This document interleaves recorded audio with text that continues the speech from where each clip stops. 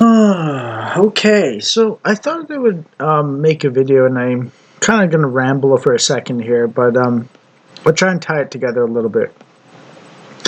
One of the things I've learned over the years is that people start off as children and they grow into adults, and if they apply themselves and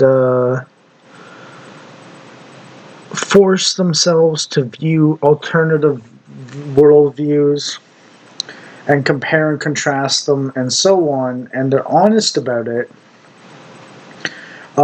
their natural disposition will lead them towards a certain path combined with their studies, the theory and the practice, basically, and the biology, the psychology of the person, basically.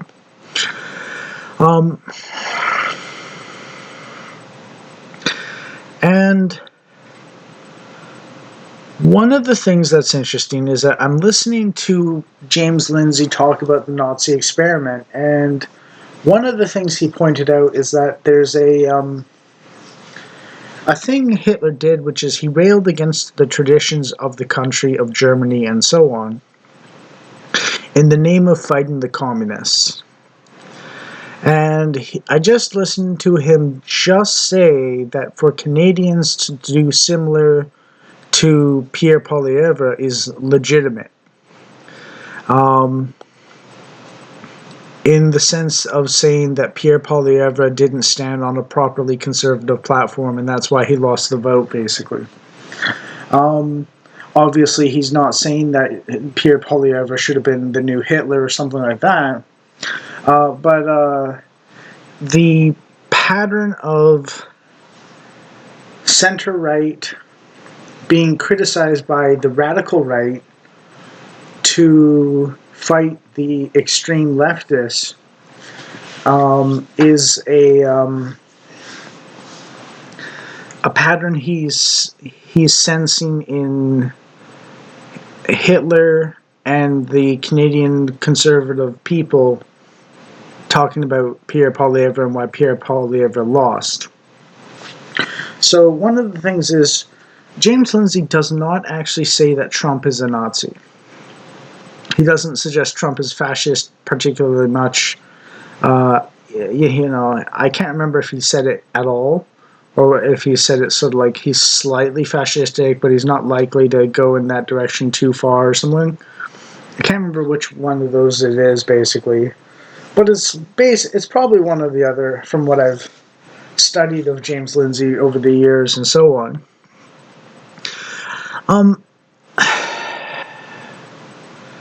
I would be happy with mass deportations, cutting taxes, cutting bureaucracy, lowering spending of the government by a third to half or something, and really simplifying who gets what, basically, instead of all these complicated interchanges of money and so on that need special overhead and extra administration that gets dumped into people just managing transitions of changing money from hand to hand, and so on. And that would actually clean up a lot of the costs so we could do better services for less tax money, basically. Anyways, one of the things we should remember is that James Lindsay is a person in time. And James Lindsay, while he's put his foot in his mouth maybe a little bit on the woke right thing of it, he's capable of learning. And Carl Benjamin, or Sargon of Akkad, is capable of learning, and he's been wrong before, but he's learned from his mistakes and so on. And James Lindsay is actually really just sort of newer to this. I think I made a video like this on Rumble, but I'd like to make it for YouTube anyways. And basically,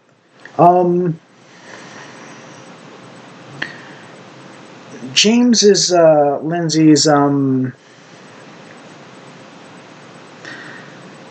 watching things play out in real time as someone that couldn't put a predictive model in place, um,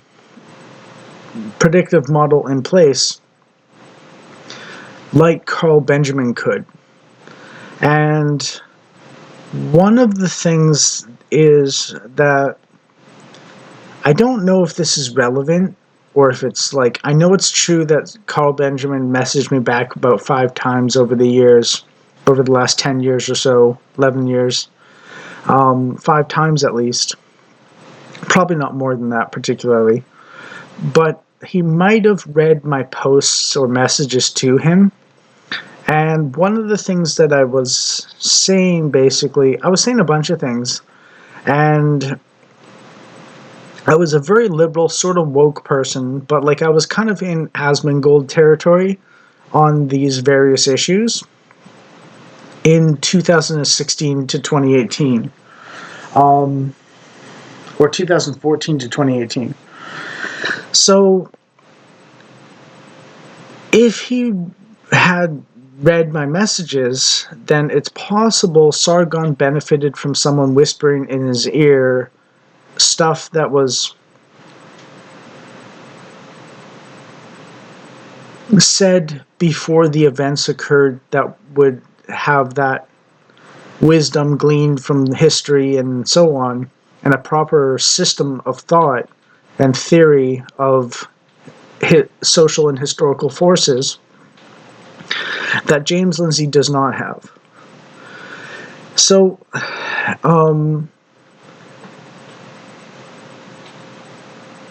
if I had an impact on Sargon, which I'm not sure I did particularly much, but if I did, then James Lindsay lacks that, and that's one of the reasons why James Lindsay is still very progressive liberal, so to speak, as Orrin McIntyre would put it, as opposed to classical liberal from the 18 or 1700s.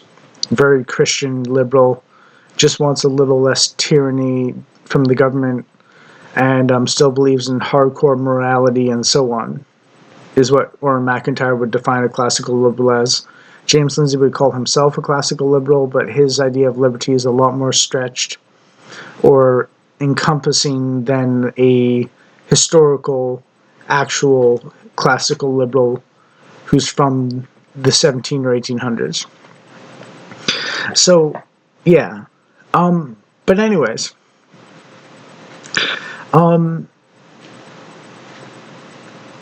basically, give James Lindsay a chance. You know, he's put his foot in his mouth a few times, but at the same time, look at it from James Lindsay's point of view for a second and kind of like think about it a little bit. He's only just gotten into classical liberalism compared to Sargon's tenure as classical liberal. And he's watching the rise of increased militancy on both sides, when in fact he was thinking he was in a situation where militancy was one-sided and he was just trying to calm the people down and so on. But the thing that I noticed personally about myself and Sargon and so on is, where did you think raising the alarm about a militant group of psychopaths would lead to? The fight against them. So don't be surprised or shocked or alarmed that there's militancy against them. Right? Right? You raise the alarm and say someone's attacking you, and then don't be surprised when people rush to fight to protect their own.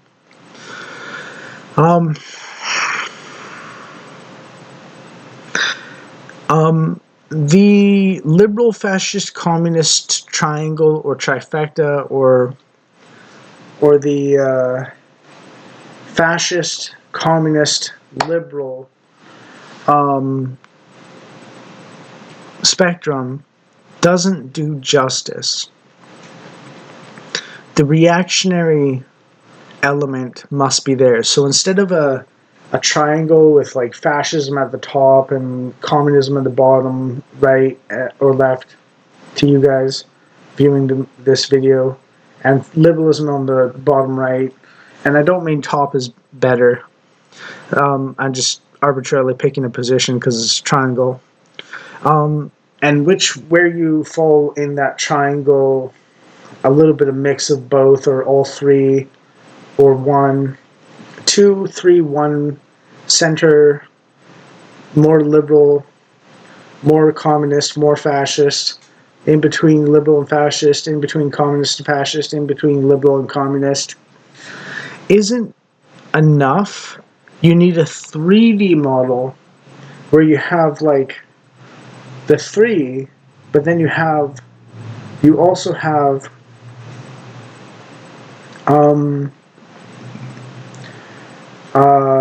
you have the triangle, but I think it's called a tetrahedron, which is sort of like a triangle pyramid as opposed to like a square pyramid.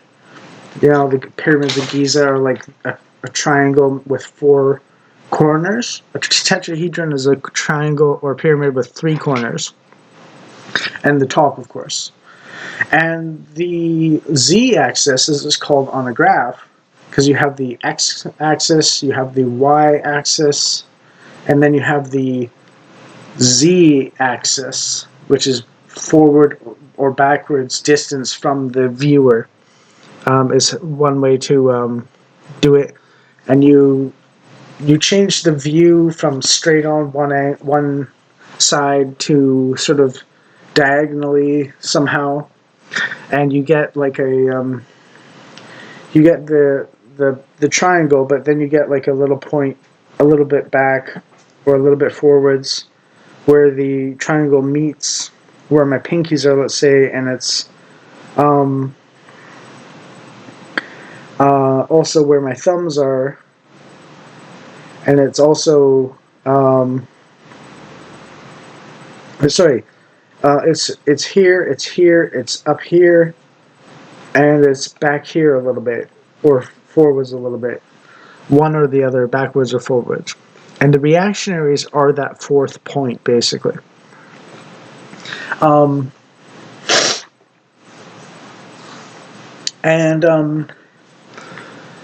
That would be a better view of the triangle between fascism, liberalism, and communism. And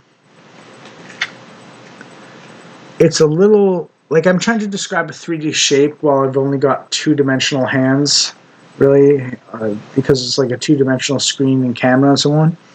But basically, the reactionary element needs to be there as well. And if you were to say, for instance, that you would have communism on extreme left, liberalism on center left, fascism center right, and reactionaryism center extreme right, that would be my personally approved way of putting it. Sort of, and it's like, it's not that center right is always fascist, and it's not that center left is always liberal. There's a little bit of interplay between the extremes and the center and the opposite sides, left and right of the center. A little bit of bleed over in between the two, depending on your approach to it. So the liberty and order, or the tradition and novelty or progress dimensions would be there.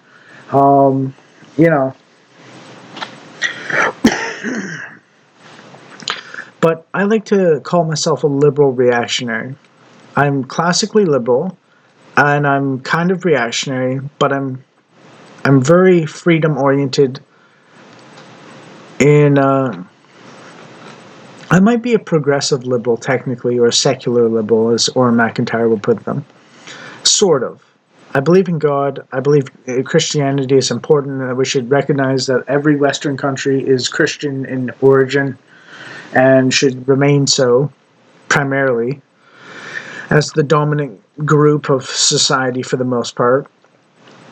But I also believe in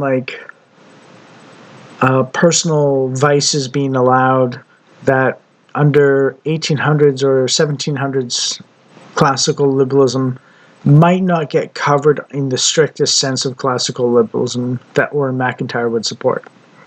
So I'm not sure where I stand on which version of liberal I am between classical and secular or progressive liberal, according to Orrin McIntyre's definitions. And progressive liberal does not mean modern liberal entirely, which is a separate one that's actually more progressive than progressive liberal. A progressive liberal, according to Orrin McIntyre, is someone who's calling themselves classical liberal in today's age, but wants to go back to the 90s or 2000s, basically. And a modern liberal is someone that wants to push towards communism as much as possible while remaining free to engage in personal vices, basically. And is open about it, basically. So a lot of anarchists and stuff like that, basically. You know, they don't want a state because the state restricts them from doing the worst things imaginable. It's kind of how the modern liberal or the communist would approach it, basically, at their best. At their worst, they want the state so that they can do their worst impulses on more people, which is more common, actually.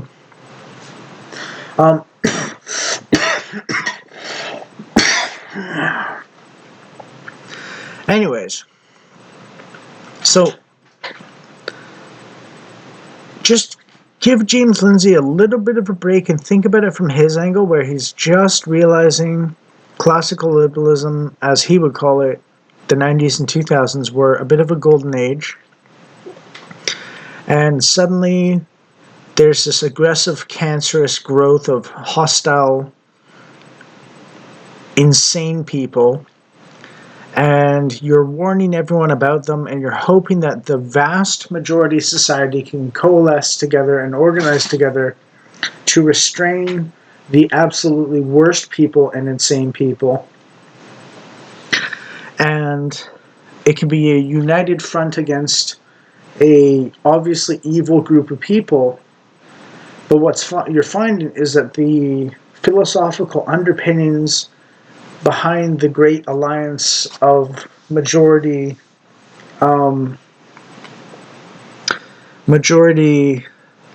consensus in the 90s and 2000s, the philosophical underpinnings of the various groups has torn that great alliance to shreds.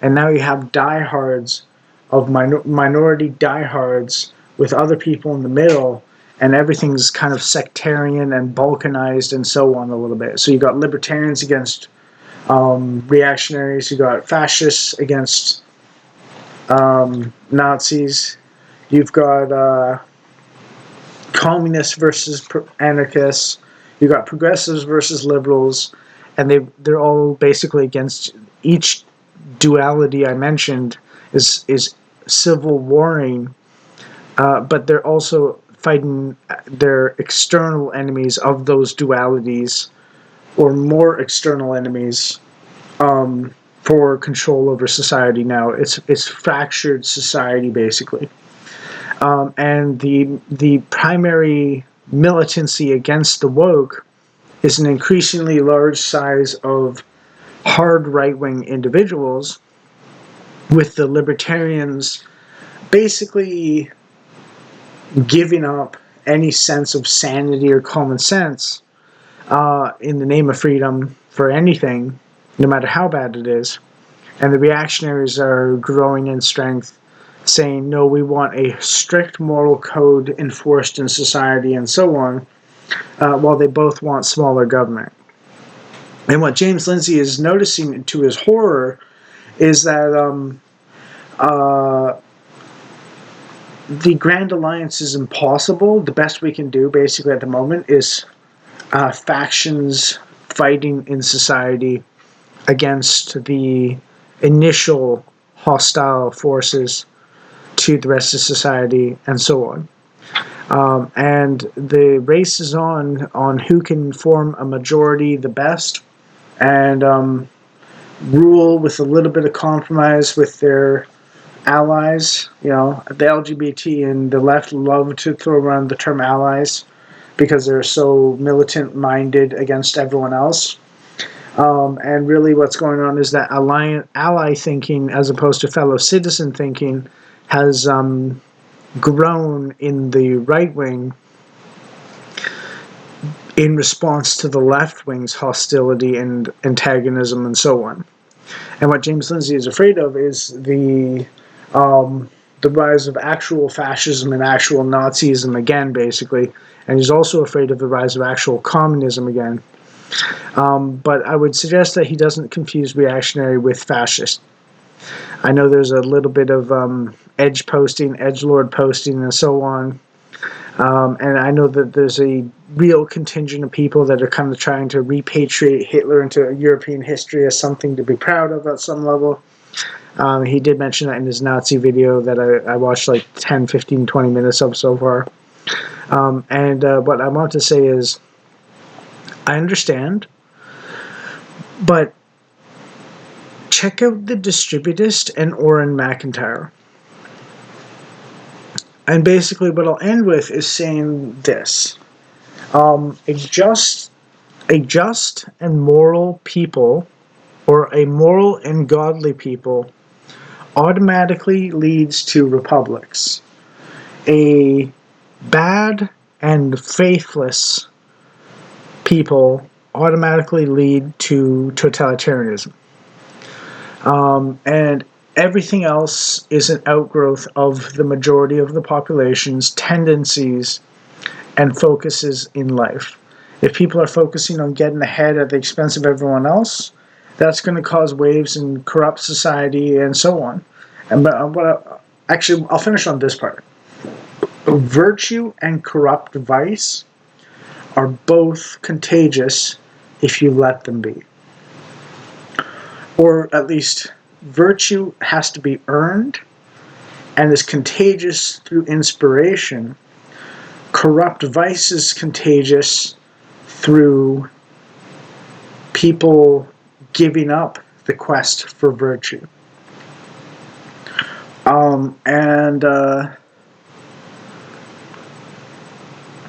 The only thing saving us is that we notice that letting corrupt vice, personal vice, and so on, manifest more, corrupts the rest of society more, which means worse conditions for everyone. And because we're noticing that letting it happen is leading to that suffering and misery and dysfunction, more people are concerned with virtue again and so on.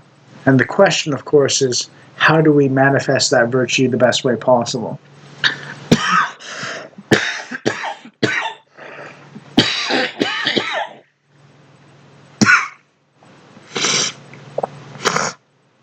So, yes, I've found that the reactionaries tend to be more virtuous, not completely virtuous, but more virtuous than the classical liberals, as they call themselves today.